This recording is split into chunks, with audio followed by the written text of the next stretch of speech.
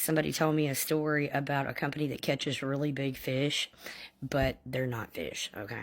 If you haven't seen my first mermaid and sirens video that I made the other day, it's the first pinned video on my page, or you're not going to understand this video at all.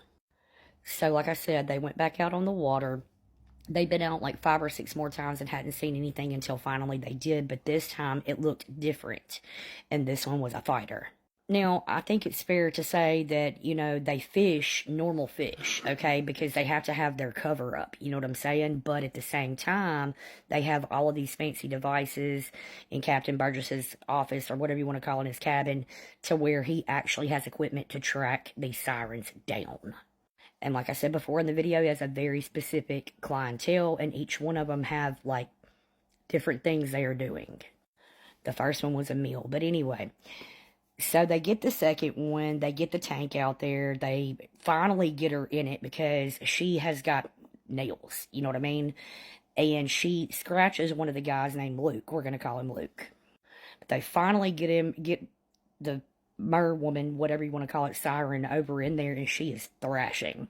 Like, she is not having it. The first one was docile. This one is not going. Now, in the process, like I said, she scratched the guy named Luke, and it was pretty deep. He's being attended to, whatever, off to the side. They're trying to get her to go all the way in so they can lock it down. And they end up damaging her.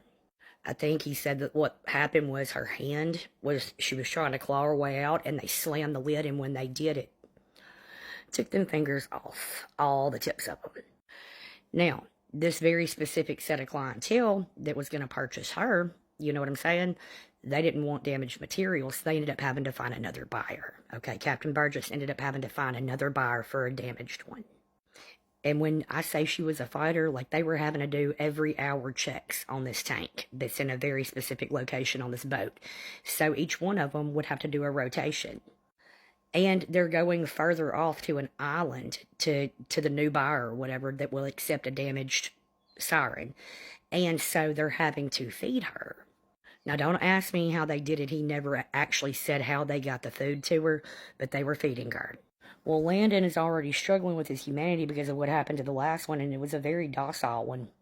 And this one is not. And he said that he had to go in there and feed her, and that one of the fingers had grown back so they can self-regenerate.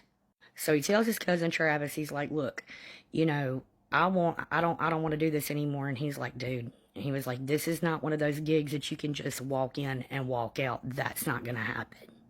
So this particular buyer ended up being a big-time military person within some type of, I don't want to say military. I don't think it was military, but it's one of them things that even presidents don't know about. You know what I mean?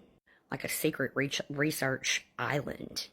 And Burgess tells him when they get there that, hey, look, we told you she was damaged, but one of the fingers has grown back. Okay, so at this point, they already knew that they were going to grow back. Okay, they already knew. So that means they've been researching on these things for a very long time. But he did say that he wasn't allowed to go back, but when the door opened, that he could see where Burgess and the buyer had walked back, that there were more than just sirens back there. There were cages with things that he had never seen before. He didn't even know how to put them into words. He also stated that this was the longest time that he had ever been out with this particular crew, and that he was gone probably a month. And we'll get into what happened during that amount of time, but this is getting kind of long.